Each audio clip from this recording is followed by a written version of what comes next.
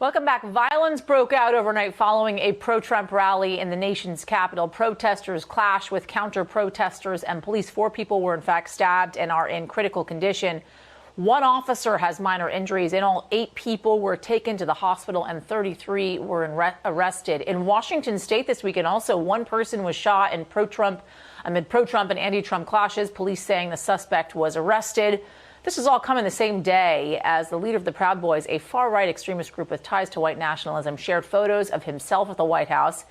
Enrique Tarrio posted that he was invited, but a White House spokesperson says he was actually on a public tour and not invited by the president. But the president does not discourage any of this behavior. If anything, he actually fuels it. Here he is just today as he continues to push his baseless claims that Joe Biden did not win this election.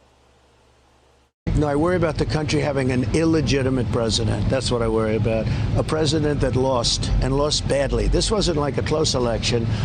You look at Georgia. We won Georgia big. We won Pennsylvania big. We won Wisconsin big. We won it big. But your guys we won all of these states. In reality, and here's a fact check, Trump won none of those states. None of them. In fact, the president's Trump's 306 to 232 electoral vote loss will become official with electors casting votes tomorrow. So with that, I want to bring in Clint Watts, former FBI special agent and an MSNBC News national security contributor. Clint, good to see you. Thanks for joining us on this. This is a really important conversation because so much of what we've heard this president say over and over again, and as he continues to say to this day, and as I played that sound there, he continues to just push these baseless claims of election fraud. And there are, 70 million or so folks in this country that voted for this president, 60% plus of which believe this election was stolen from them. And we saw what happened in the streets last night. It is incredibly dangerous of this president and those 100 plus congressional Republicans that are supporting his efforts to overturn this election.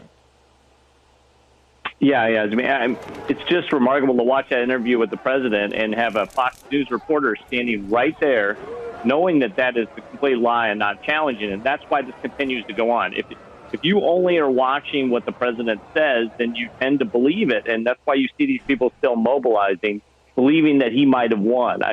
He's pushed falsehoods. We've seen people fall for it before.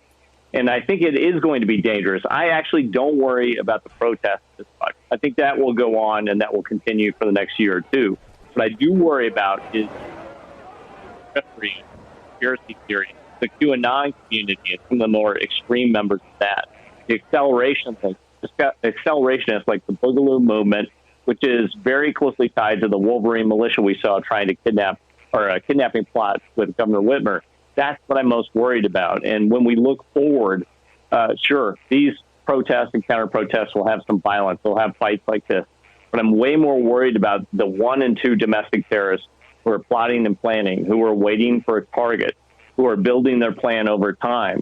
That is going to be perpetuated by violent speech. If you had asked me 10 years ago when we were in the middle of the war on terror, what leads to more violence? It's when ideological leaders start saying, what about violence? What about illegitimacy? What about the United States? Well, now we have that kind of a dynamic going on inside our country. And so ultimately, there will be people on the fringes that will want to take up violence. We saw this last election and Trump won. We had the Pizzagate scenario. Trump won during that scenario. So these conspiracies do power violence over time, and our own FBI has told us. Hey there, I'm Chris Hayes from MSNBC. Thanks for watching MSNBC on YouTube. If you want to keep up to date with the videos we're putting out, you can click subscribe just below me or click over on this list to see lots of other great videos.